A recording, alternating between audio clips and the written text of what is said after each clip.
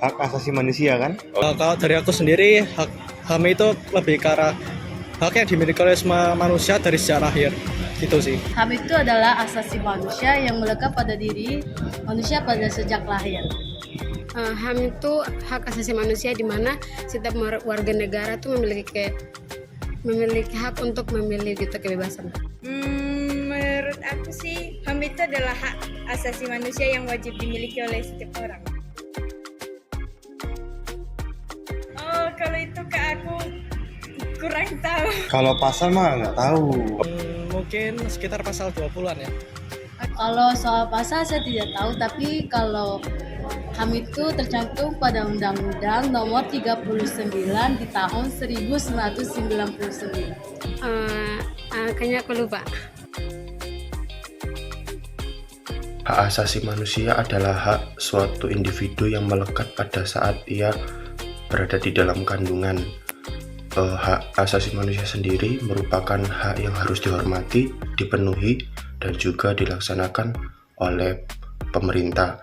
Kemudian untuk pasal yang tercantum pada hak asasi manusia yaitu pada pasal 28A sampai 28C yang mengatur tentang berbagai aspek HAM seperti hak hidup, kebebasan berpendapat, hak atas pendidikan, dan perlindungan hak asasi manusia lainnya. Kemudian untuk kebijakan hak asasi manusia di Indonesia sendiri telah mengadopsi kebijakan HAM melalui berbagai instrumen hukum seperti Undang-Undang Nomor 39 Tahun 1999 tentang hak asasi manusia dan mendirikan Komnas HAM untuk memastikan perlindungan dan pemajuan HAM. Kebijakan ini bertujuan agar HAM dihormati dalam setiap aspek kehidupan berbangsa dan bernegara. Sekarang kita akan membahas 2 contoh kasus pelanggaran HAM khususnya di kalangan mahasiswa.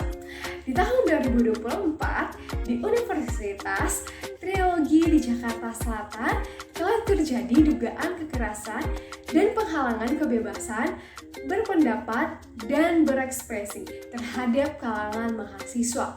Nah, kasus ini sedang di tahap penyelesaian dan rekomendasi dengan Polda Metro Jaya. Contoh kasus kedua adalah di lingkup mahasiswa yang terjadi di 12 Mei 1998.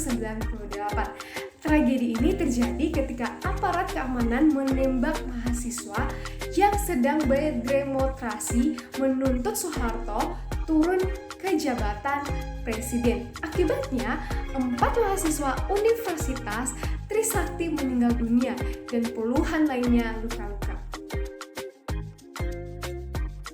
Oke, nah sekarang kita ingin melihat bagaimana sih perspektif Alkitab mengenai HAM. Nah, kita melihat salah satu contoh yang ada dalam Alkitab yaitu melalui kisah Yusuf, anak Yakub yang ada dalam kitab Keluaran. Nah, dalam kitab tersebut tercatat bahwa Yusuf menerima begitu banyak perlakuan tidak adil, mulai dari perlakuan saudara-saudaranya yang menjual ia ke tanah Mesir, bahkan ketika di Mesir pun ia mendapat perlakuan yang tidak baik, bahkan sampai dijebloskan ke dalam penjara karena difitnah oleh istri tuannya sendiri. Tetapi, ada hal yang menarik yang diberikan oleh kisah ini kepada setiap kita, yaitu melepaskan pengampunan dan juga menjadi berkat. Ini hal yang dilakukan Yusuf. Nah, ini perspektif Alkitab mengenai HAM. Kemudian yang kedua, Alkitab juga memberikan penjelasan melalui beberapa ayat untuk mendukung bahwa HAM adalah sesuatu yang perlu dijunjung tinggi sebagai umat Kristen. Yang pertama dari Kejadian 1 ayat 27, kemudian dari Matius 7 ayat 12, dan yang terakhir dari Galatia pasalnya yang ketiga ayat 28. Nah, dari hal yang kita pelajari ini, ada beberapa hal yang diajarkan Alkitab kepada kita, yaitu yang pertama, menghormati dan menghargai semua orang sebagai gambar dan rupa Allah. Kemudian yang kedua, berbuat baik kepada semua orang sebagaimana Allah telah lebih dulu mengasihi kita dan berbuat baik kepada setiap kita. Yang ketiga, membantu orang yang mengalami kesusahan atau perlakuan tidak adil. Yang keempat, berdoa supaya semua orang mendapatkan hidup yang adil dan juga damai. Yang terakhir, menjadi contoh kasih dalam kehidupan sehari-hari.